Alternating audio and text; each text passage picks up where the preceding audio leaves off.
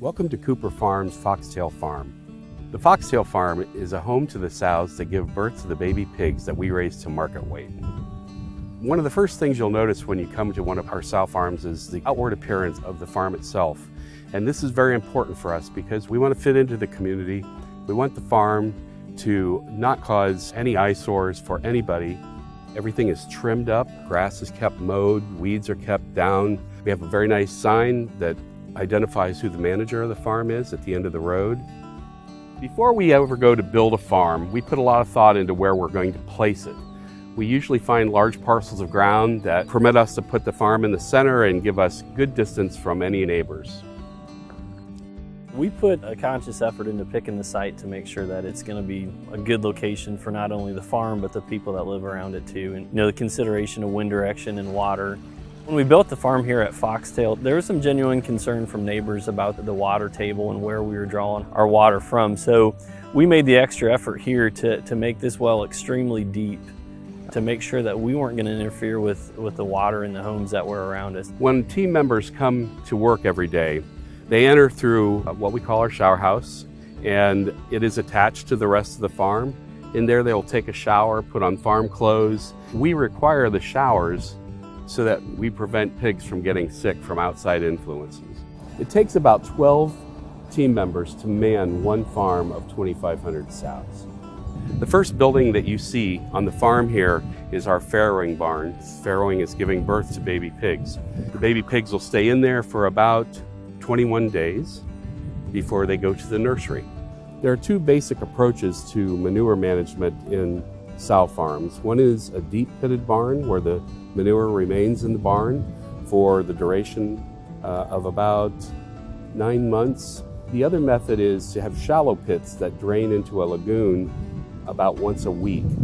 And that manure is flushed out on a weekly basis out to the anaerobic lagoon where it goes through a digestion. We feel best about lagoons because they provide the least amount of odor.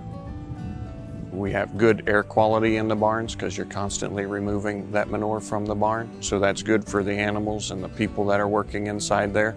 And then when we have the anaerobic treatment going on out in the lagoon, that helps control all the odors. Phosphorus then is in a sludge at the bottom, and then we can land apply that later by dredging it out and applying it on fields that are further away and at a much lower application rate. If you get up close to the lagoon, you might be able to see that it's kind of a pinkish color, and a pink color is what we're looking for.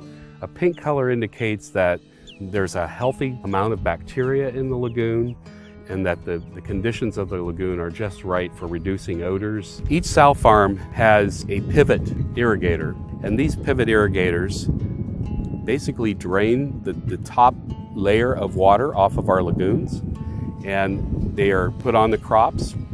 We have tile control structures, so if there would be any kind of a problem, we have the ability to shut off the tile flow, and although it hasn't been a problem for us, it's a nice tool to have in place. We keep very good records of expected rainfall. We don't ever run the irrigator if we expect rain in the next 24 hours, more than a quarter inch. Ahead of you, you'll see an acclimation barn, and on all the sow farms, we bring our new stock into these barns. Once they are in there about 5 or 6 weeks, they're blood tested, and then they move into the gestation barn where they will spend the majority of their time in pens with other pen mates. We receive inspections, audits, actual live visits from the Ohio Department of Agriculture. They examine the records kept at the farm, the number of animals that are at the farm to make sure that we're not exceeding our permit levels. They look at the outside, the drainage of the farm, all of those kind of things are audited. The managers do have a lot of responsibility on these farms, so it's great to have that extra set of eyes to come in and make sure that we are right in line with where we expect to be. So here's our stormwater pond. No waste goes into here, but it does collect water that runs off the roofs of the barns and around the barn. It is periodically used to recharge the lagoon, so we put fresh water in there. It really brings out that pink color and kind of gives those bacteria a little extra boost. What you're looking at here is a project where we're putting in a grass waterway in the field next to the farm. We built this farm a few years ago, and after we moved all the dirt, it changed the drainage patterns on the farm. And one of the things we recognized was that we needed to improve some of the waterways around the barns. So we're putting this grass waterway in as an environmentally friendly way of handling the water that goes down through the field. The barn we're looking at here is a gestation barn. On the exhaust end of the barn, the fans are all blowing into what we call a biocurtain. Biocurtain is there to help collect any kind of particulate matter.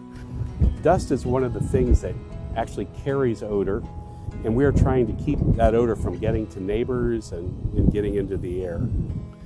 Around the perimeter of the farm, we've placed a row of trees to help keep the farm enclosed and provide a nice appearance. We take a lot of pride in keeping these farms looking just like they do. That is an expectation that we have for all of our people every day, is to take care of the farm and take care of the animals and take care of the trees and the lawn and the appearance, all those things. It's just part of being a good member of that community.